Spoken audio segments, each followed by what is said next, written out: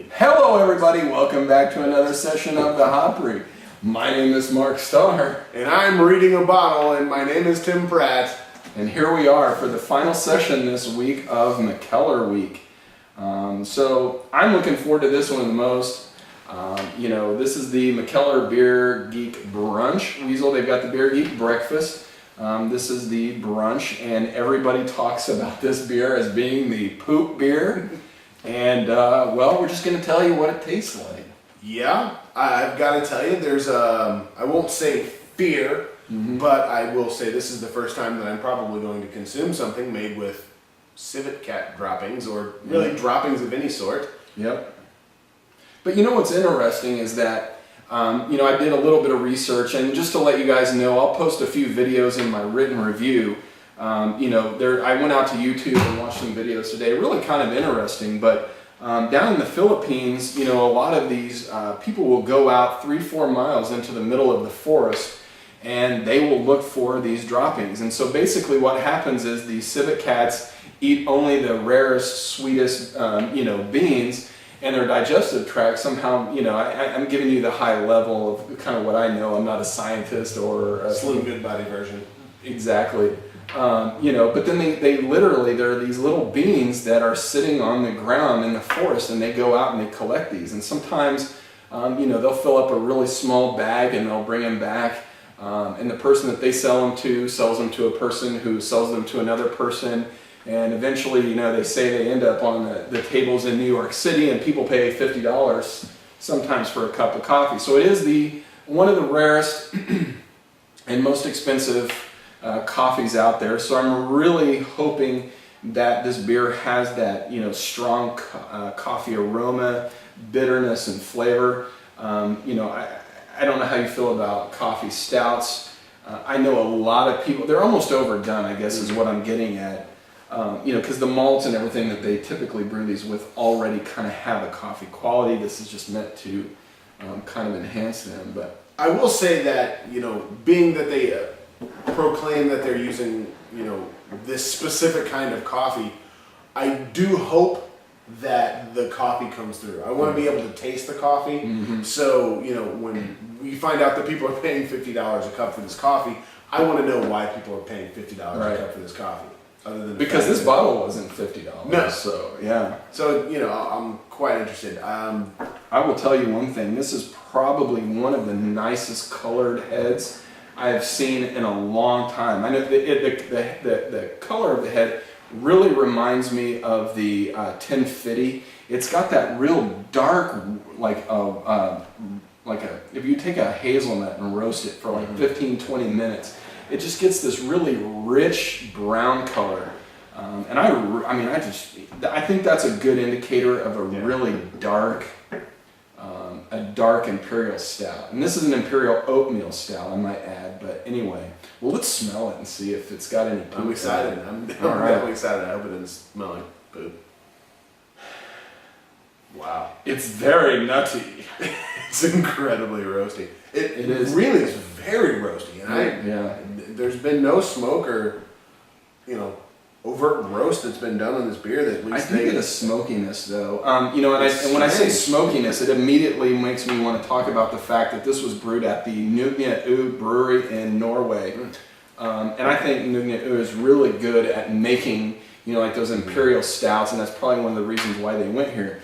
But it really has that, and I'm going to say that Norwegian stamp, because it really does remind me of the Nugna Ø imperial stout that they brew, where the roasted component almost goes to the point of going past roasty to a tartness. Sure.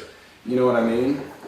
But definitely getting that, that nutty characteristic in there, which, when you talk about poop and nutty, I think people are like, yeah, but it's trying not to laugh, but man, let's try it. It's Friday, why not? It is Friday. Happy Friday, man. Cheers to you.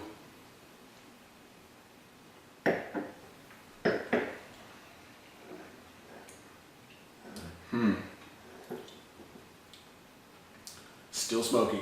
It's very smoky. Yeah. Very smoky. Very robust, and I like that. The thing that I like about it, I think, is that while I say robust, it's not real huge, meaning it's not chewy. It's not like, you know, the malt bill, that, you know, how they've made it. It's not like it's real sweet and over the top. It's extremely roasty and flavorful without being too big. And I think that's kind of hard to, I think that's hard to get that balance of not being too sweet or too. And something interesting about, you know, the mouthfeel in this beer is it, when you're just kind of letting it sit there, it foams immediately, and it just carries that flavor all the way through, so you can really hit it on, you know, all your, you know, the different parts of the tongue with the different flavors. I mean, that smokiness carries through every bit of the taste and flavor, but it dies when you actually drink it. It doesn't finish smoky, which is even more interesting than the fact that, you know, a non-smoked beer comes through with so much smoked flavor. Compared to the first two this week, I love this beer. This is my kind of beer. Yeah, right well, where the first two that we actually reviewed, which were the It's Alive and the Jackie Brown, almost were a little bit of a letdown as far as the flavor that they had with them.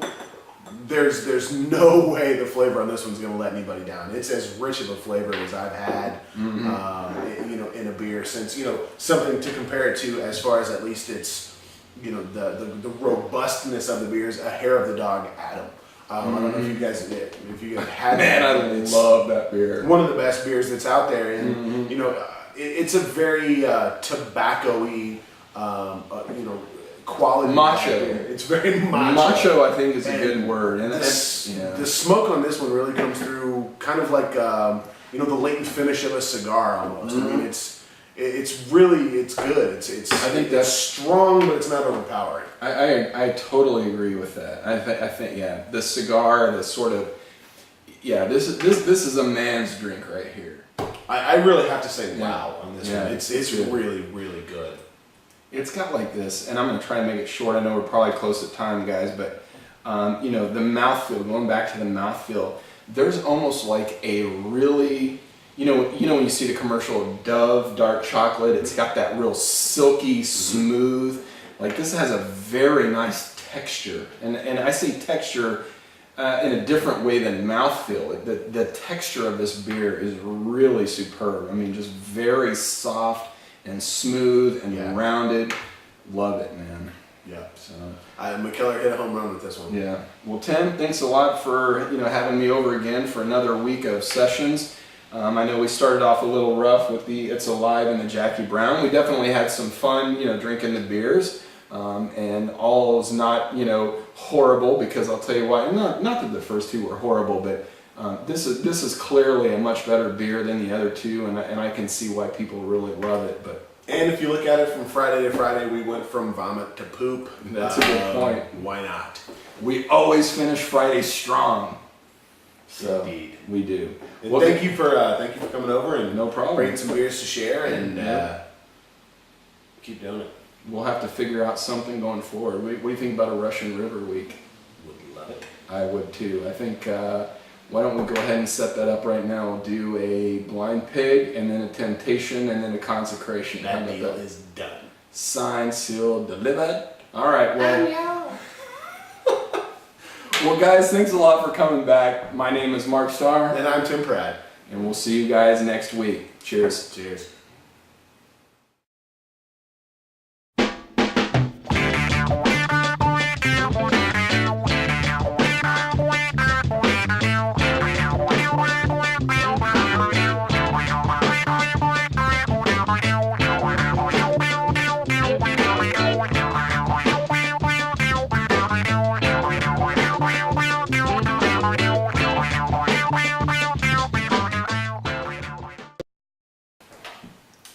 Ladies and gentlemen, Mr. Tim Pratt. Alright, stop what you're doing, because I'm about to ruin the image and the style that you're used to. I look funny.